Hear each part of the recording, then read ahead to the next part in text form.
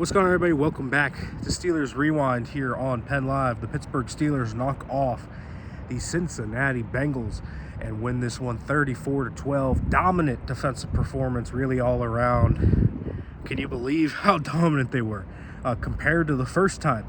The short week, Flacco for the first time. I mean, it's just crazy how different this game was. Really all around. A really great performance. Obviously, there are a lot of storylines. Ramsey ejected, Chase spitting on him before. That'll be talked about. Rodgers with the left wrist injury. Not sure that one's going to end up well, but we'll talk about Rudolph coming in and the differences there.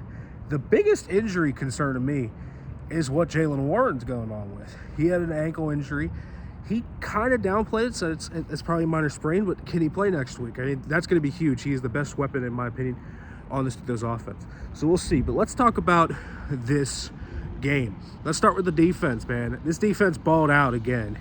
Really, it's been 3 straight weeks. Since that Colts game, they found something here.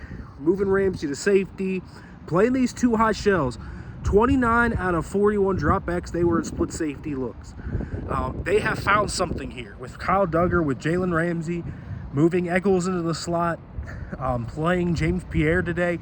What a game James Pierre had against Chase and Higgins. There were multiple times he was asked to go into man-to-man against Jamar Chase and T. Higgins, and he locked him up.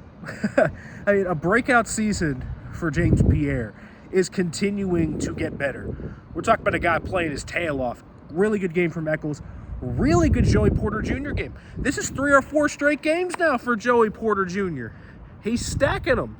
That's really important to see.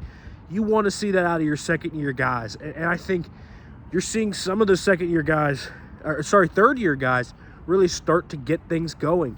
Keanu Benton is another one. The last 4 or 5 weeks, we're talking about the pass rush has just come alive. He's now playing more one-tech, which has allowed him to really blossom as a penetrating run defender. They're using him correctly, and you're seeing the type of player Keanu Benton can be. Absolutely a useful football player. Much, much better than what we were talking about earlier in the year, where he was just getting blown off the football at true nose. He's looked great. Harmon, Hayward still playing well. Herbig is just a monster, isn't he? What a pass rusher this guy is. I mean, you talk about it.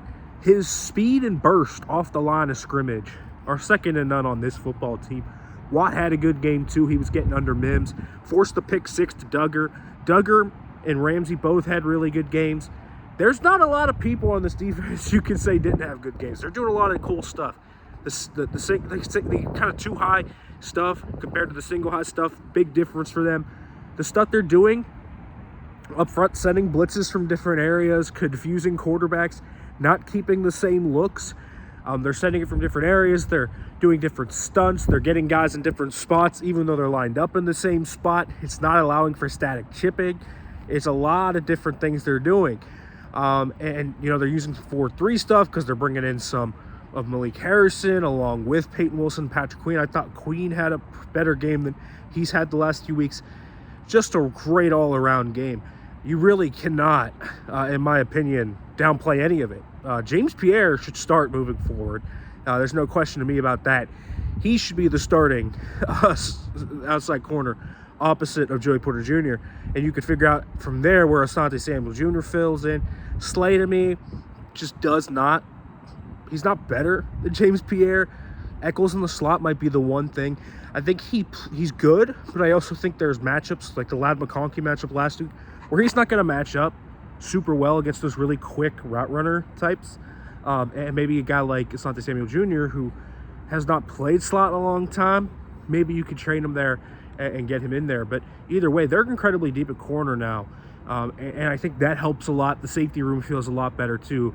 We'll see if they have Ramsey next week. Obviously, we'll see what comes out of the Chase thing. Chase clearly spit on him if you saw the video, but will they still suspend Ramsey for throwing a punch? We will see. Offensively, this passing game has to find something. Mason Rudolph, when he came in, 2.7 yards, average depth of target. Pushed the ball down the field 2 or 3 times. One of them was on the deep ball to DK Metcalf that was called back for an offensive pass interference. They clearly were trying to get DK involved here. It's not clicking right now necessarily. The crossing routes, using Rowan Wilson for motion, he took over the wide receiver 2 role. Today played way more than Calvin Austin III did. Mason is more mobile than Aaron. He's probably got a better deep ball. I think the line of scrimmage stuff they'll miss from Rodgers if he misses time, just because I think he is a wizard at the line of scrimmage. The run game was fine at times. It wasn't overwhelming. I didn't love it. Warren is obviously a dynamic playmaker, and they're going to miss him in space if he doesn't play next week and can't play for the foreseeable future. They need him to be healthy. It's pretty clear, though, that this offensive line and pass pro is taking the right steps.